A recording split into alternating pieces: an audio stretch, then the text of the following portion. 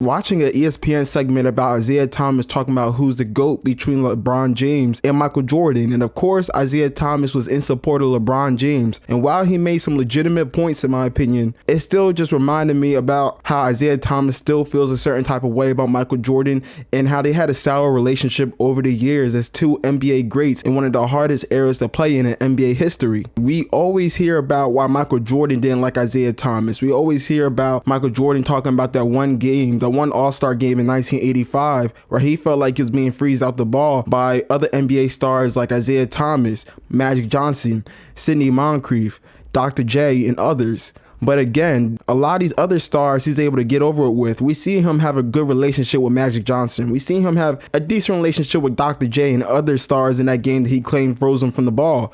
So obviously that can't be the only reason why he doesn't like Isiah Thomas. Even though we hear Michael Jordan's side, we almost never hear about why Isiah Thomas didn't like Michael Jordan in the first place, because it seemed like there was animosity from the jump. So I wanted to be the one that really dived into it, seeing what caused the spark of this controversy, what it seems like lifetime beef. So if you guys are ready for this video, then please make sure to hit that like button.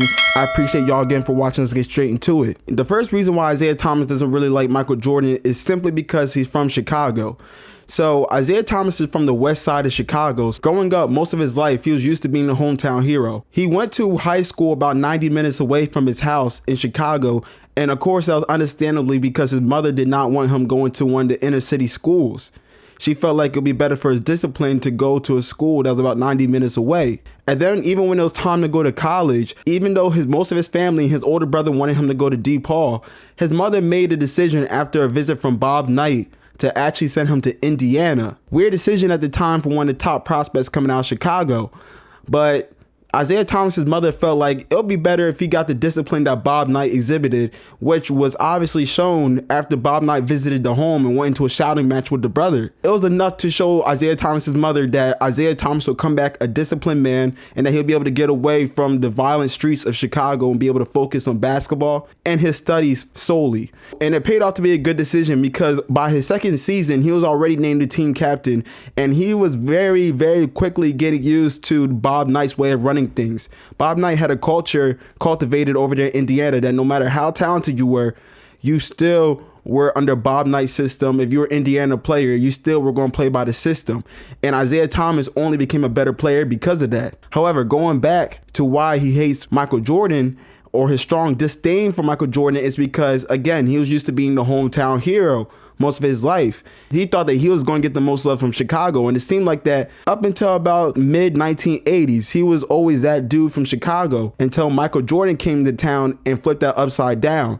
Now, instead of being the most beloved man from Chicago, now he was the most hated man in Chicago. Everybody was Team Jordan. He had family members, lifelong friends that were all of a sudden Chicago Bull fans rooting for Michael Jordan and going against the bad boy Pistons, the villain era Pistons, in every single matchup that they had. Now he went from being the hometown hero to the hometown villain in the blink of an eye. Who wouldn't be upset at that?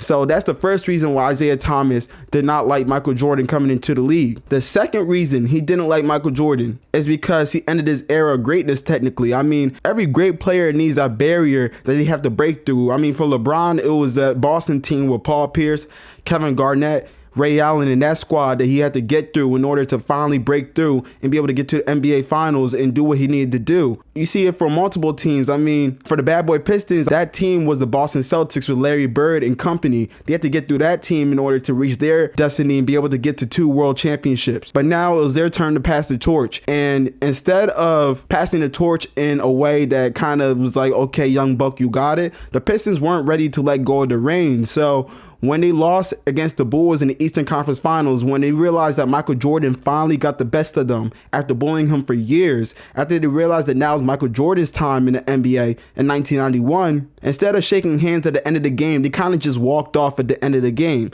Now, granted, this is a big reason why Michael Jordan has said that he has disdain for Isiah Thomas. But if you ask Isiah Thomas, he feel like he did nothing wrong, as when they knocked the Celtics off their throne, Larry Bird and the Celtics, they all walked off and did the same thing without shaking hands. He claims that that just wasn't the era of basketball that they were in. And again, even though Isiah Thomas was the one that initiated this action, even though it was his team that was walking off the court, it only soured relationships even more.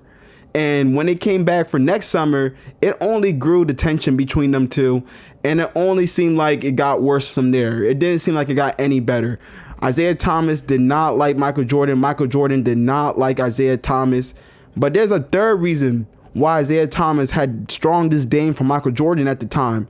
And most of us know about this one, and that's him being left off the Dream Team in 1992. The 1992 Dream Team was assembled some of the best stars and arguably the best basketball team ever assembled in history. You had names like Michael Jordan, Magic Johnson, Larry Bird, Charles Barkley, John Stockton, dudes that were straight dogs back in the day.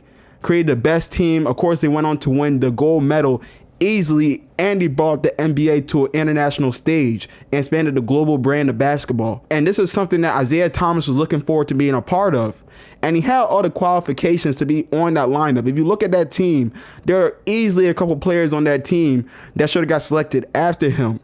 But apparently it wasn't about talent in Isiah Thomas's case. Isiah Thomas for the longest blamed Michael Jordan for this, saying that because of their sour relationship, that's the reason he was left off the Dream Team. And he felt that Michael Jordan's personal feelings about him got in the way of a professional decision to put him on that team, despite his accolades, his talent, and the whole nine. Michael Jordan, however, has responded and said that it wasn't only his decision, that a lot of other players on the team like Magic Johnson and a couple other dudes at the time had strong disdain for Isiah Thomas and did not want him on the team either, and they felt that it would ruin the team chemistry in the locker room having him on the team.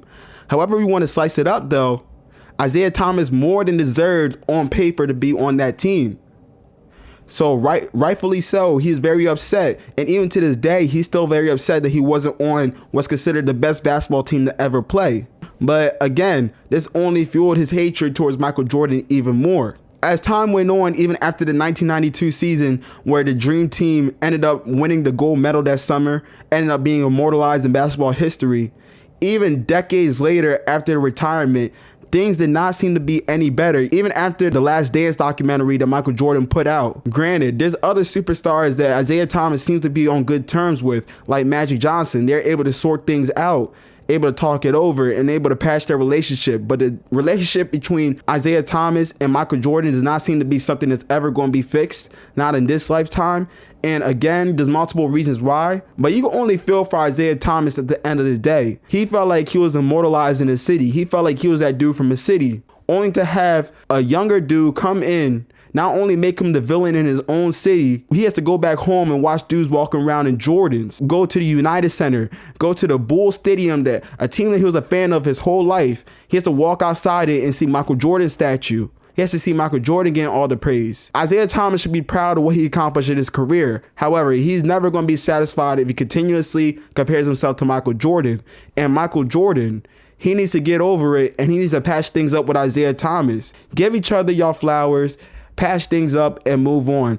But let me know what you guys think. Do you guys think there's any other contributing factors as to why Isiah Thomas and Michael Jordan do not like each other? If you guys think so, let me know in the comment section. But until next time, it's your boy Teflon Perp. Peace out.